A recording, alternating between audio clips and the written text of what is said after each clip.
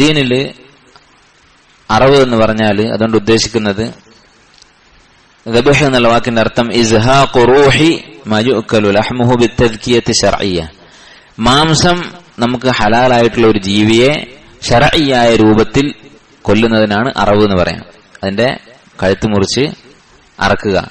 അത് ശർഇയ്യായി ഇറച്ചി ഹലാലായിട്ടുള്ള മൃഗമാകണം. അപ്പൊ ഒരു നായനെ കൊല്ലുന്നതിന് ദബ്ഹ് എന്ന് പറയില്ല. നായൻ എങ്ങനെ വന്നാലും അതിന് ദബ്ഹ് എന്ന് പറയില്ല. അപ്പൊ ഈ ദബ്ഹ് രണ്ടു വിധത്തിലുണ്ട്. ദബ്ഹു ആദ വ ദബ്ഹു ഇബാദ. ആദത്തായിട്ടുള്ള ദബ്ഹ്, സാധാരണ ഇറച്ചി തിന്നാൻ വേണ്ടി നമ്മൾ അറക്കുന്നത്, അതാണ് ഒരു തരം. രണ്ടാമത്തെ ഇനം ദബ്ഹു ഇബാദ, ഒരാളോടുള്ള ബഹുമാനത്തിന്റെയും ആദരവിന്റെയും പേരിൽ അറക്കുന്നത്. അത് അള്ളാഹുവിന് മാത്രമേ പാടുള്ളൂ.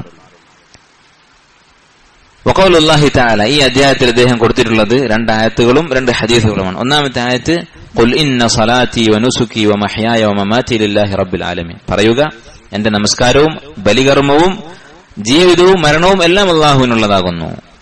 അപ്പൊ ഇവിടെ നമസ്കാരത്തിന്റെ കൂടെ നുസുക്, ബലികർമ്മം എന്നുള്ള വാക്ക് ഉപയോഗിച്ചു. വഖൗലുഹു, അതുപോലെ അല്ലാഹു തആല പറഞ്ഞു ഫസല്ലി ലിറബ്ബിക വൻഹർ, നിന്റെ റബ്ബിന് വേണ്ടി നമസ്കരിക്കുക, ബലികർമ്മം നിർവഹിക്കുക, ബലിയർക്കുകയും ചെയ്യുക.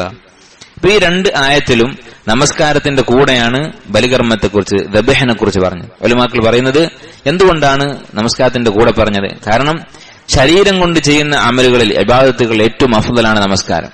സമ്പത്ത് കൊണ്ട് ചെയ്യുന്ന ഇബാദത്തുകളിൽ ഏറ്റവും അഫ്ളലാണ് ബലി എന്ന് പറയുന്നത്. അതുകൊണ്ടാണ് ചില ഉലമാക്കൾ, ബഹുഭൂരിപക്ഷം ഉലമാക്കളും പറഞ്ഞത് ഉളുഹിയ്യത്ത് അറുക്കുന്നതാണ് അത്രയും സംഖ്യ സ്വതക്ക ചെയ്യുന്നതിനേക്കാളും അഫ്ളല്.